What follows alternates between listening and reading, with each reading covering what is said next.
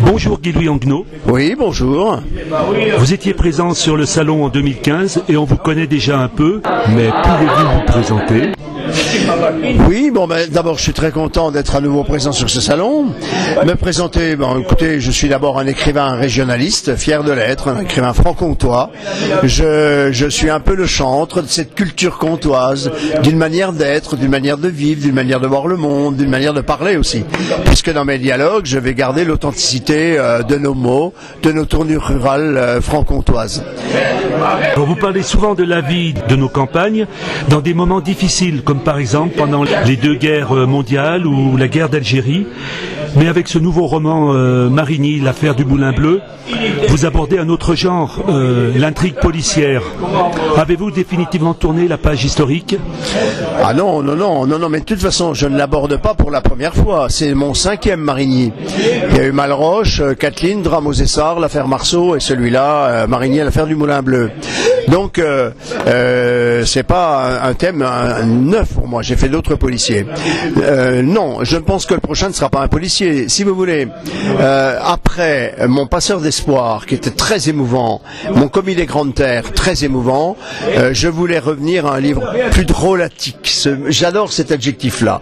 Plus drôle, plus gourmand, plus comtois, avec cet adjudant Marigny qui est tellement attachant, parce qu'il aime ses racines, il aime cette culture comtoise, il aime cette cuisine comtoise, il aime les grands vins comtois, etc. C'est un personnage qui vit intensément, et mes lecteurs fidèles, les plus fidèles, évidemment sont contents de le retrouver de temps en temps.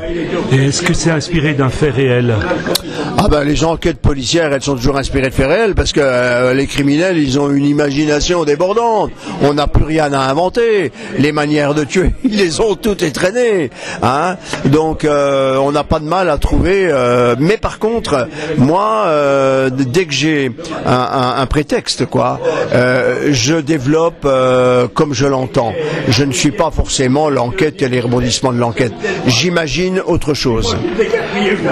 Alors, c'est vrai que vous nous avez habitués depuis plusieurs années à éditer régulièrement un nouveau livre, enfin presque chaque année.